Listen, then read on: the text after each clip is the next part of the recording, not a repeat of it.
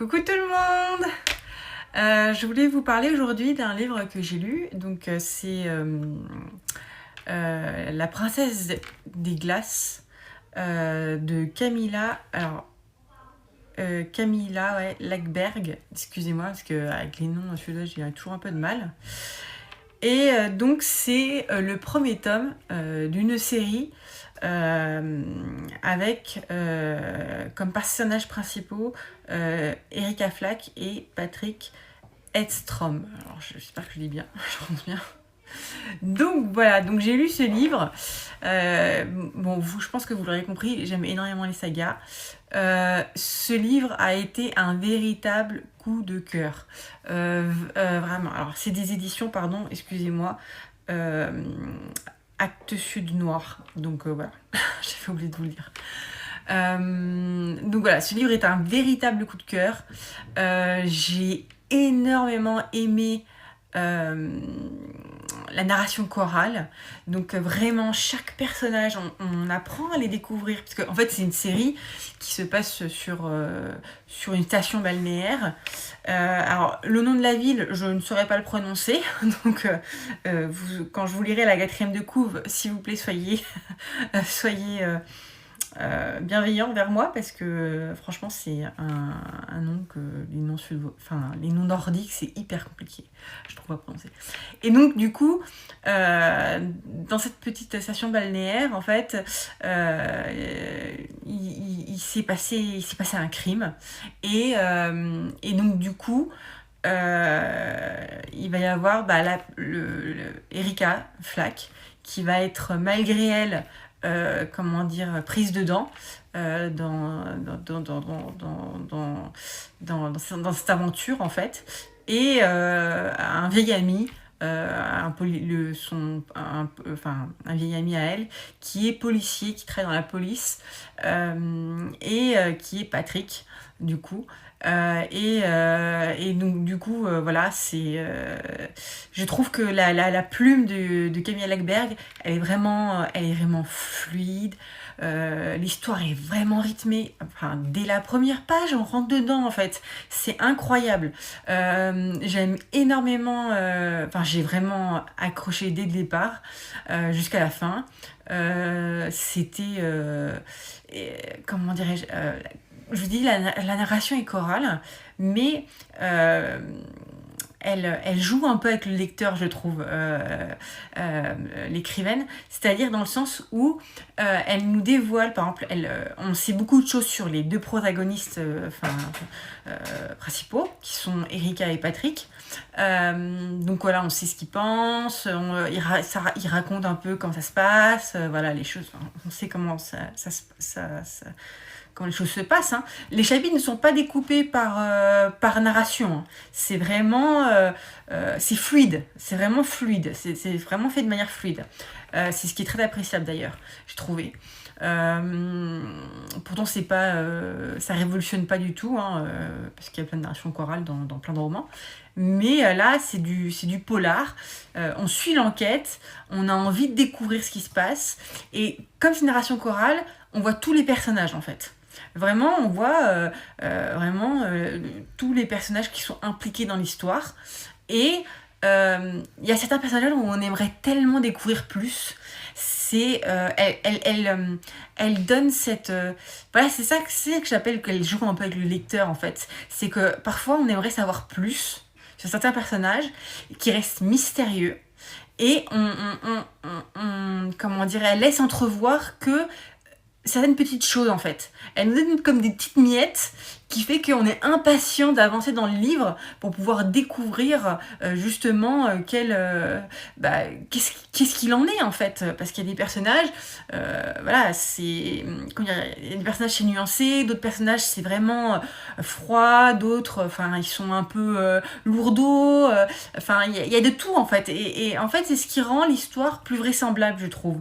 Moi c'est ça que j'ai apprécié, c'est qu'en fait quand j'ai lu cette histoire j'ai eu l'impression que c'était comme si on avait raconté une histoire qui s'était réellement passée, parce qu'elle aborde des thèmes et des sujets qu'on voit dans la vraie vie, quoi. C'est des sujets forts, importants, avec la complexité de l'être humain, qui est bien fait dans les personnages, qui est bien, il y a de la profondeur, il y a vraiment, il y a une générosité dans un sens, vraiment dans ces narrations, il y a une certaine générosité, et en même temps, et ben on est là, et on se dit mais qu'est-ce qui se passe? Parce que chaque chapitre, par exemple, a débuté avec c'est quelqu'un qui parle. Voilà, on sait pas c'est qui au départ. On le découvre qu'à la fin, en fait. Et, et c'est tellement frustrant. Et ça, c'est aussi un de ces... Ça fait tellement plaisir, il y a tellement de secrets aussi, il y a tellement de non-dits. Voilà, et comme je le disais, bah voilà, pour moi, ça aurait pu faire une histoire de faits réels, enfin voilà, de faits divers. Sauf que là, on a la pensée en plus. Et je trouve ça mais tellement, tellement délectable, oui, délicieux.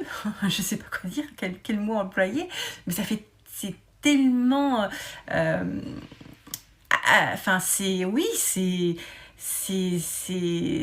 fait tellement plaisir en fait de connaître ça comme ça, de leur intimité profonde, et on découvre des choses, et voilà, donc ça donne on passe par différentes émotions en fait, vraiment, la joie, de l'intrigue, de l'impatience, de la méfiance aussi par rapport à certains personnages, et le fait que ce soit une saga, parce que c'est quand même 11 tomes, donc voilà, vous en doutez que j'ai prévu de tous les avoir, hein, mais je sais que je vais les retrouver, certains personnages, et donc du coup,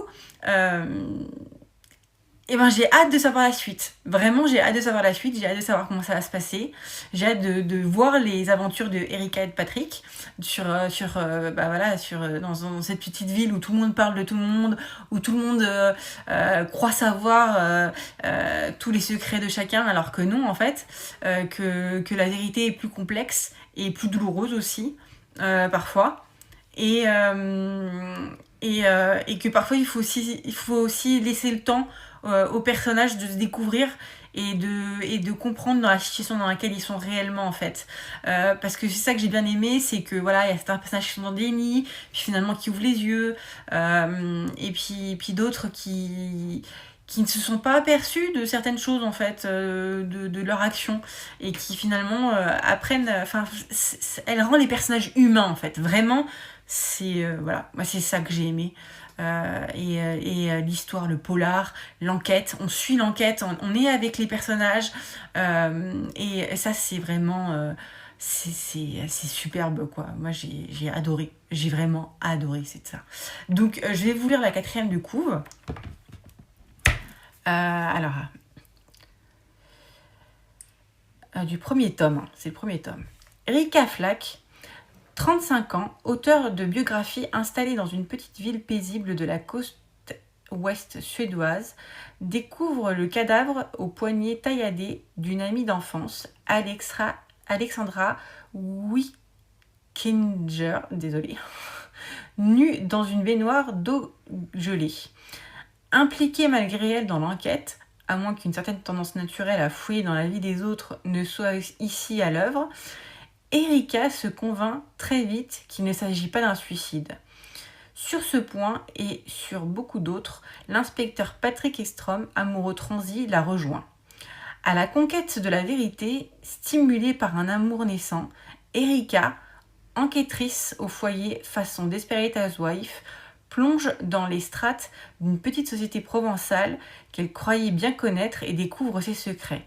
D'autant plus sombre que sera bientôt trouver le corps d'un peintre clochard, autre mise en scène de suicide.